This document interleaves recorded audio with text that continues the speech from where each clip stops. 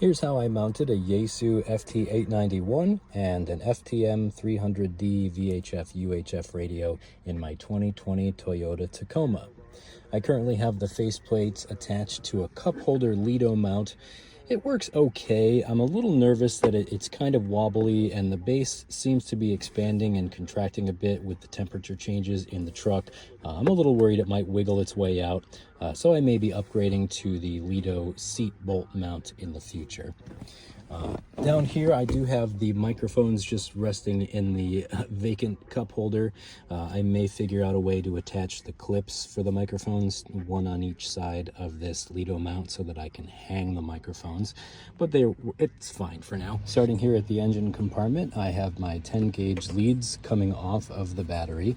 The hot side has a 30 amp fuse before it goes into this timer that I got from PowerWorks. This timer allows power to the radios while the engine is running, but then when you cut the engine, it only allows power for 15 minutes. That way I don't drain my battery, and then you can actually adjust it here to whatever timer value you like.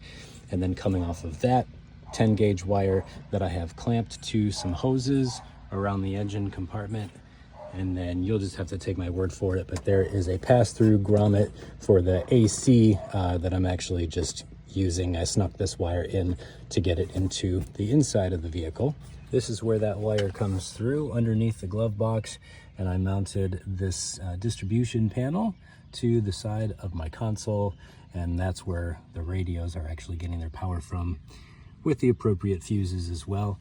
And then those wires are snuck here behind the console, and I'll take you to the driver's side. On the driver's side, I was able to take those power cables and route them along with all of these other cables underneath the side of the center console, and everything that goes to the radio is kind of snaked through this wire loom. I am a huge sucker for cable management. I know a lot of ham radio operators like to have that rat's nest.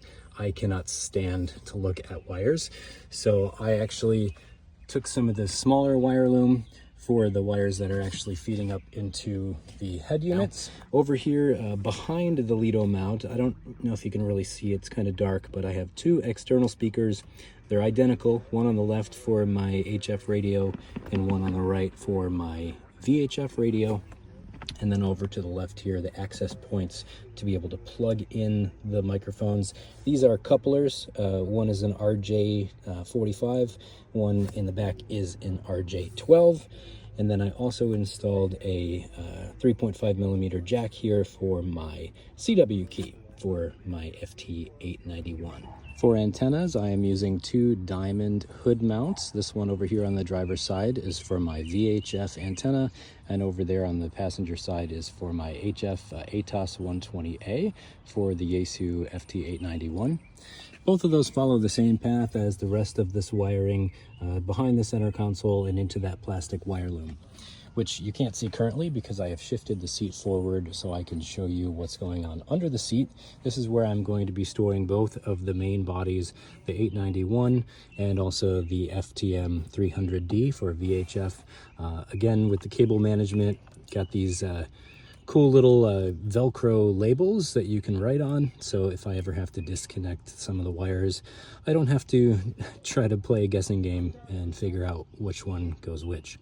So I'm going to go ahead and get these hooked up, and here's everything all connected and tucked away under the seat with the floor mat back in place. And once I pull the seat back to its normal position, you won't even be able to tell that they're there. So there you have it. All in all, I would say the project took me about a day's worth of work, but so worth it. If you got any questions, let me know in the comments.